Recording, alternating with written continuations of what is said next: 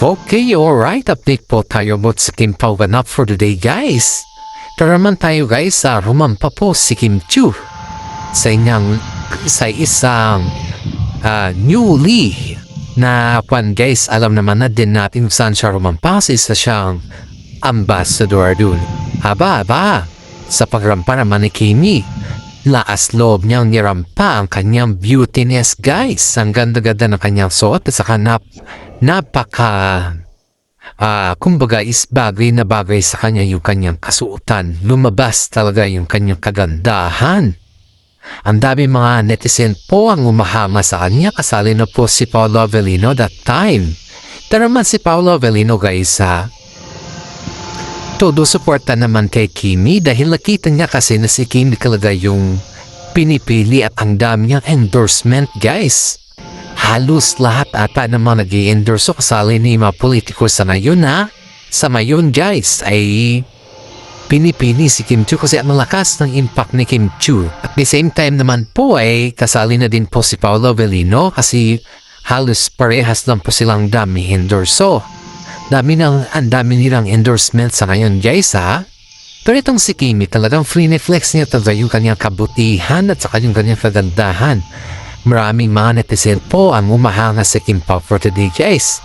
At hindi lamang po for today ay simula pa nung nag-umpisa sila na maging tambalan. Kaya nga po ang sabi ng mga netizen sa kanila na huwag na sana makalimot ang Kim Pao.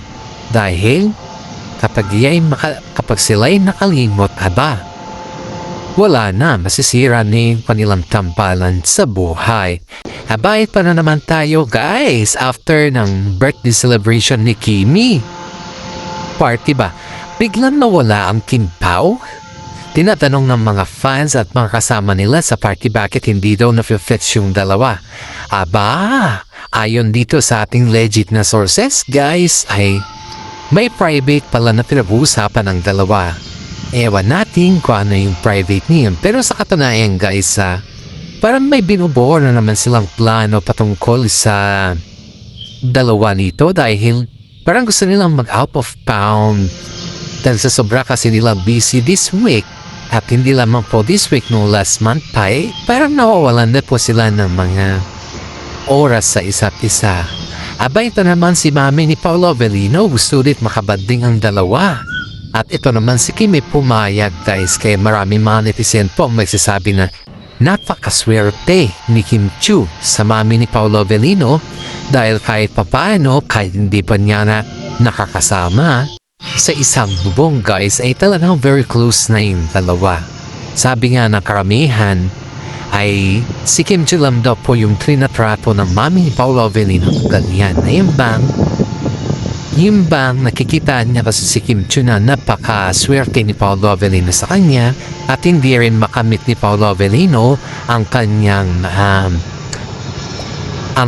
tetanus sa ngayon kung wala si Kim. Hindi rin magiging sikat si Paolo kung wala si Kim. Yan po yung malaking pasasalamat ng mami ni Paolo Avellino kay Kimi dahil narating na din po ni Paolo Avellino yung tinatawag na kasikatan dahil sa kanya.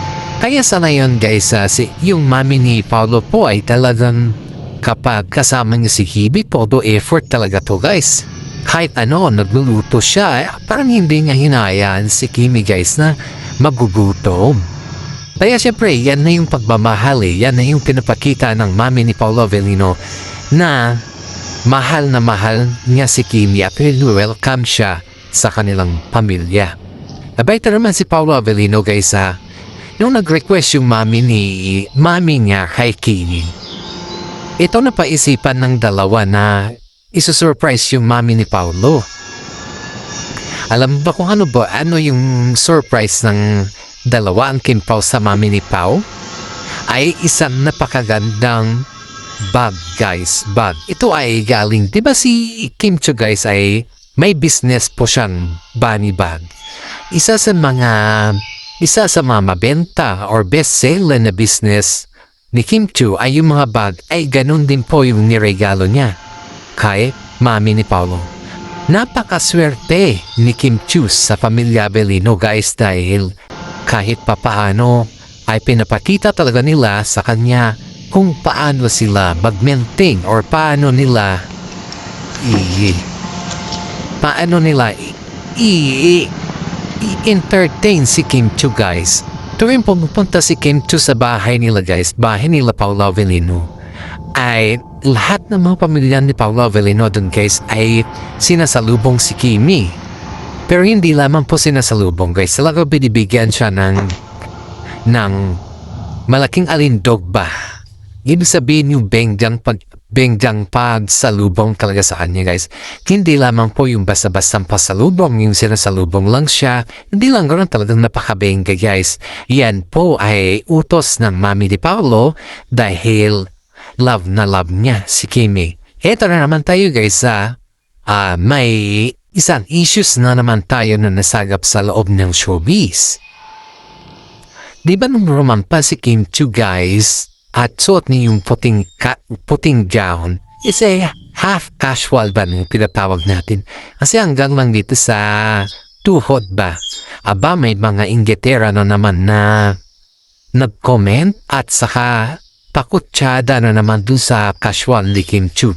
Aba, sinabihan ba naman na hindi daw nababagay kay Kim Chiu yung kanyang damit dahil masyado daw payat at hindi daw komportable si Kim Chiu dun sa damit na ginamit niya. In fairness, guys, wala tayong naririnig kay Kim Chiu na ganun yung kanyang comment. At wala rin tayong naririnig kay Paolo Avellino na napapangitan si Kim Chiu sa kanyang kasuotan. At ang sabi naman ni Kim Chiu, okay lang sa kanya at komportable siya kasi mainit ang panahon eh. Kailangan niya talaga magsuot ng ganon at yun naman po ay nababagay sa kanya at yun naman po ay utos sa kanya. Sa mga naninira kasi sa loob ng showbiz, guys, akala mo kaibigan sila eh. Alam mo kung sino pa yung no-comment na ganon, guys? Yun yung malapit kay Kim Chiu. Oo. Ang hirap makita kompetensya. Ito nga yung sabi ni Kim Chiu na sobrang hirap makipagkompetensya sa mga kapamang showbiz, sa loob ng showbiz kasi nga kapag ikaw ay sobrang sikat na, may mga bagay-bagay talaga na hindi mo sila mapiplis. Yan po yung kanilang sinasabi ni Kim Chiu. Kaya sabi naman ng mga pamihan, guys, na ang hirap makipagkompetensya pag inggitera yung makasama mo sa loob ng showbiz. Aba, buti na lang, guys, ay malawak yung pag-iisip ni Kimi at si Paolo Avellino. Pero kung hindi lang siguro malawak yung kanilang pag-iisip, guys, ay marami na po silang nasasabihan dahil sobrang inggit, guys. Ang hirap talaga, guys, pag ikaw ay sobrang inggit sa loob ng showbiz. Ito pa yung masaklap dito itong babae na to, itong actress na to, guys, ay matagal nung may iinggit kay Kim Chiu, pero si Kim Chiu lang, guys, hindi nga kasi kumbaga is ini-ignore niya lang dahil nga po alam naman din natin na pag tuwing may mga pambabas sa kanila, hindi naman sila talaga hindi sila pumapatol, pero may mga time din talaga na pumapatol din sila, pero hindi halos lahat. Kumbaga is yung nakukuha lang sa magandang salita. Parang ganoon lang ba? Parang kumbaga is hindi naman direct to the point na pinapatulan nila, pero may ibang patama lang ng konti. Ganun lang.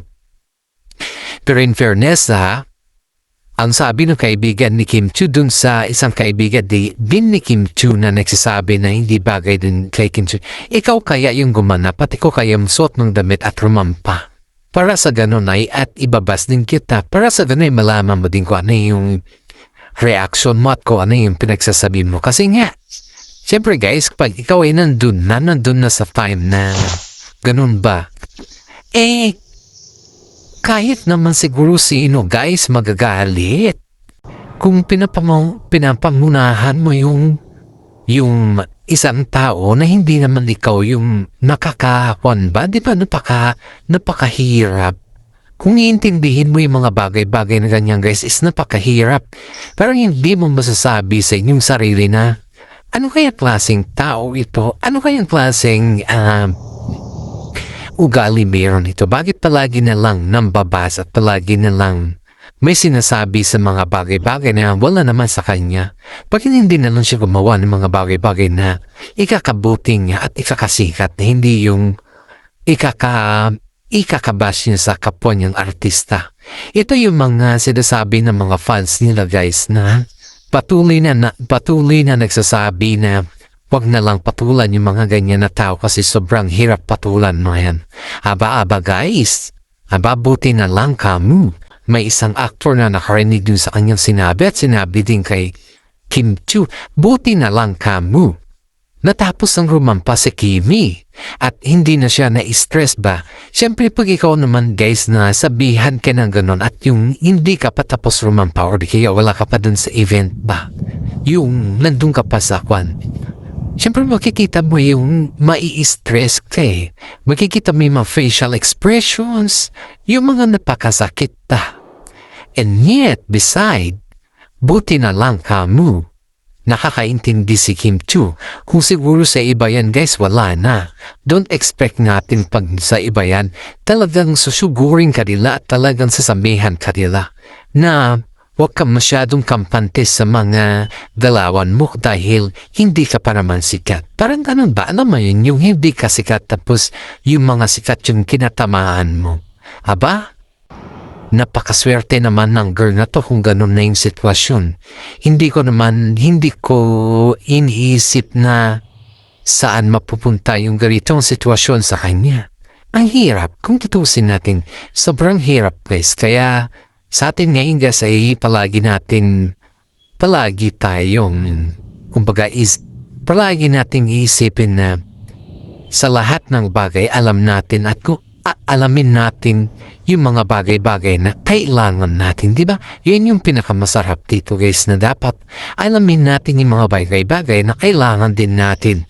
Kasi wag lang tayo puro basing ba, wag lang tayo puro ganun. Aba, heto pa guys, lumabas sila Kim Chiu at si Paolo Avellino. Spotted na naman sila dun sa apartment ni Kim Chiu guys. Ito isang araw to ayon dito sa ating legit na sources. Ay, di ba na-stress kasi si Kimi dun sa damit? At ito naman si Paolo Avellino, parang gusto niya libangin si Kim Chiu. Nag-jogging muna sila, nag-exercise, and then nung medyo napagod na spotted si Paolo Avellino dun sa lobby ng kondo ni Kimi na kung saan niya binili. Haba, ang daming mga netizen nag-aabang sa kanyang paglabasin. Buti na lang ka mo. Yung security guard dun sa mismo kondo ni na Kim Chiu ay iniba yung daan. Kasi pag iyan po ay hindi iniba ng gwardiya, dun talaga sila sa entrance, hindi na sila makakapunta dun sa kanilang pupuntahan. Kaya ang ginawa ng gwardiya sa kanila guys ay dinaan sila dun sa exit para sa ganun ay makalabas sila ng maayos na walang traffic, walang aberya. Aba, todo pasalamat naman ng Kim Pao sa ginawa ng gwardiya sa kanila. At noong todo pasalamat ng Kim Pao sa goda, nag-viral to ito guys, nakapag-take picture sa kanila at nag-viral din ka. Haba, sabi ng mga netizen parang nagtatago at may tinataguan daw ang Kim Pao. Hindi naman may tinataguan ng Kim Pao guys. Sadya lang talaga na may pupuntahan sila at ayaw talaga nila na magkaroon ng aberya. Yun yung katotohanan doon. Hindi yung ibig sabihin na Hindi yung ibig sabihin na may tinatabuan sila. Walang ganun guys. Walang ganun na nangyayari kasi siyempre isipin natin to may mga bagay-bagay din na inaayaw din nilang madisturbo at may mga bagay-bagay din na importante din yung kanilang pinupuntahan ba. Siyempre sa mga fans ngayon, sikat sila. Iisipin nila yung guys na yung madidistract sila Hindi naman lahat ng panahon guys, tayong mga fans ay kailangan natin distracting yung ating mga idolo sa buhay. Dahil may mga emergency din sila yan, gaya kahapon na ganun yung nangyari. Pero buti na lang kamo, naiintindihan nila at talaga nung nagsabi ni gwardiya na wala na ang Kim Pao sa loob. Aba, sabi ng netizen guys na Parang may tinataguan daw ang Kim Pao. Pero hindi naman. Wala naman siyang tinataguan, guys. Wala silang tinataguan. Kumbaga, talagang may emergency na sila. Ito na naman tayo, guys, sa bagong issue. Aba, may binili po si Kim Chu na pants, pantalon ni Paolo Avellino. Alam mo yung uso ngayon na fitting. Siyempre naman guys, hindi naman mahilig si Daddy Paulo ng fitting na pants kasi gusto niya puro maluluwang ang damit, yun yung kanyang kahiligan. Ayaw niya yung mga fitting na yan. Apa? Parang, siyempre kay Paulo kasi bihira mo lang makikita mag-fit yan pero halos pansin mga maluluwang. Aba, itong si Paulo, sabi niya.